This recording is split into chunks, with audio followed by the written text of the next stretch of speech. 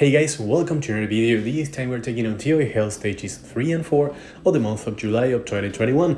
And for stage 3 guys, we're using this team. The only unit that we will be adding that is not free to play will be Ganymede this time. And if you don't have a Ganymede, you can rely on any other AoE pushback unit. For instance, a Poseidon. So guys, for this one we won't be able to stun the opponents, they will be immune to inability effects, and then we will not be able to actually reset the cooldowns of their skills.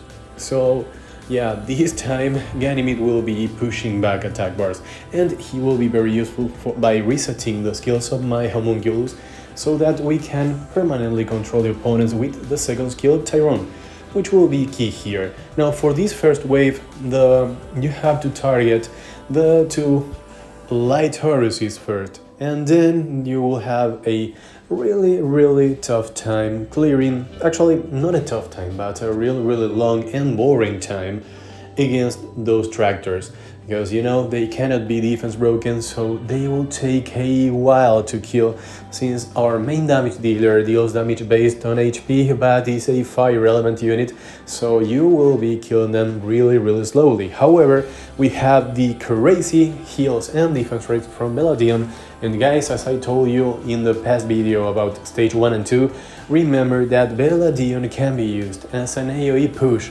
You don't need to actually use the third skill when you actually need to heal.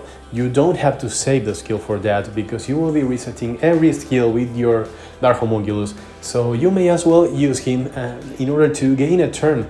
And remember, if you use that skill 3 times, you will be gaining a full turn to each and every of your units. So consider Beladion as a turn enabler. So you know guys, this will be super easy. So that's why I skipped the fight against the tractors. Now for this wave, well, you have to actually be very careful about those red witches, because you know they will be really annoying, because they can heal detrimental effects. Actually, they can cleanse detrimental effects and heal the party. So basically guys, you should get rid of them first, and you should never allow them to get a turn. You don't care about the ninjas much, because they will be on glancing, they will be on attack break, and they will be on speed break, and they deal damage based on speed and attack. And of course the glancing hit will, maybe they will glance on your fire unit, but it always comes in handy that your Spectra is a little bit tanky, you know. I already showed you the runes, so that your Spectra can take a hit or two. So guys, this will be super easy if you can manage to control those fire units. And after this, I will see you at the boss stage.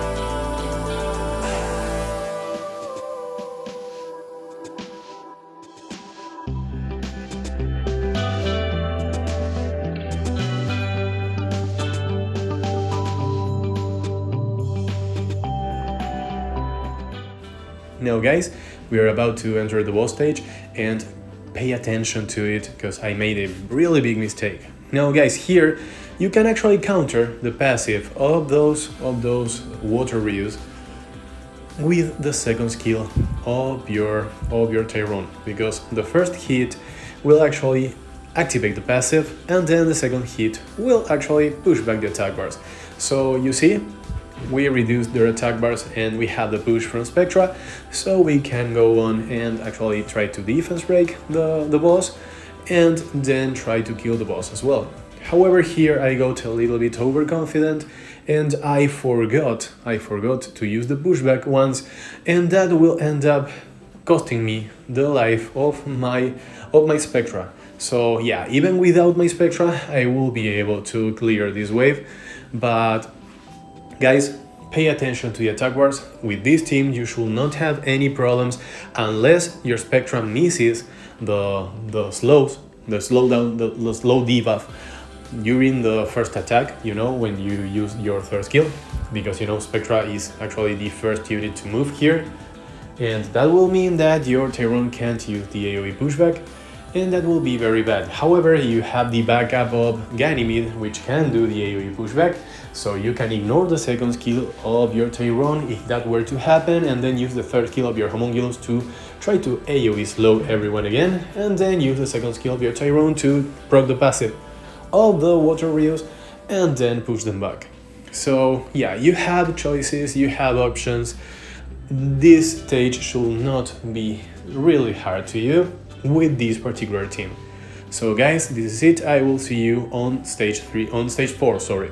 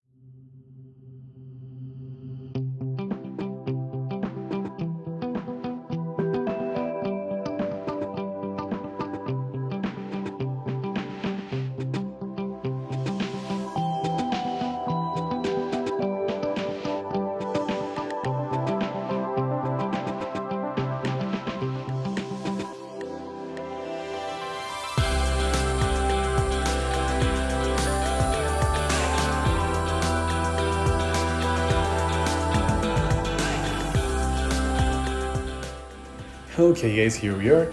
Stage 4, I will show you the runes again in case you came here only to watch stage 4. So if you don't want to watch the runes again, then move on to the first wave. I will be marking with timestamps the first wave of each stage and the runes showcase, and of course the boss stage in case you only came here for the boss stage.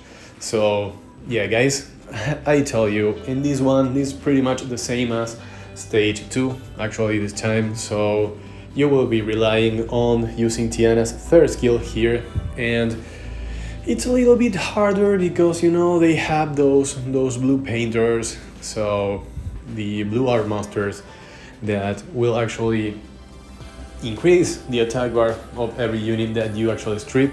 So even if you were to not use your Tiana, then you were to use a stripper and you were to click this on 2 stars and they only have the wheel runes on, well, when you strip them they may get a turn, so that will be very bad if you don't have one of those units that actually strips and pushes back the opponents.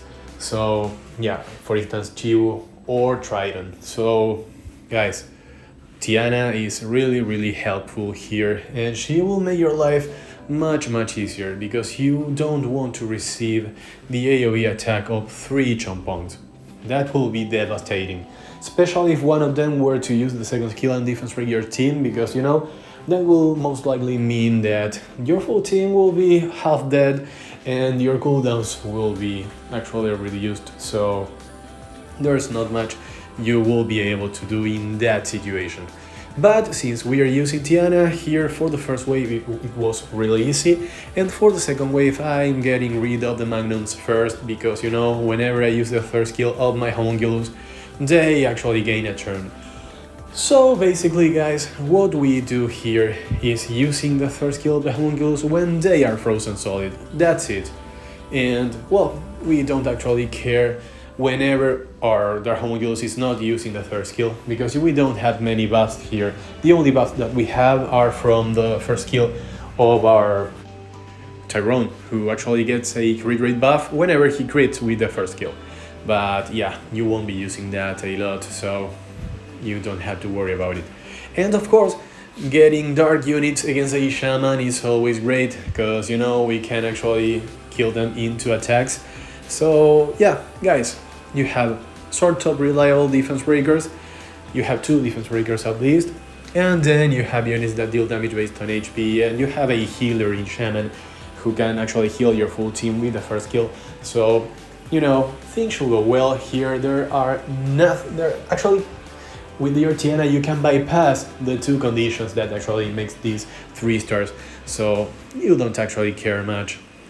And now for this one, yeah, they get the attack bar push thanks to the blue art monsters, but we get the push from Tiana as well, so that actually makes us get turn 1, and then we push them back with our Spectra, and then we have the AoE pushback from Tyrone, so we can actually control them.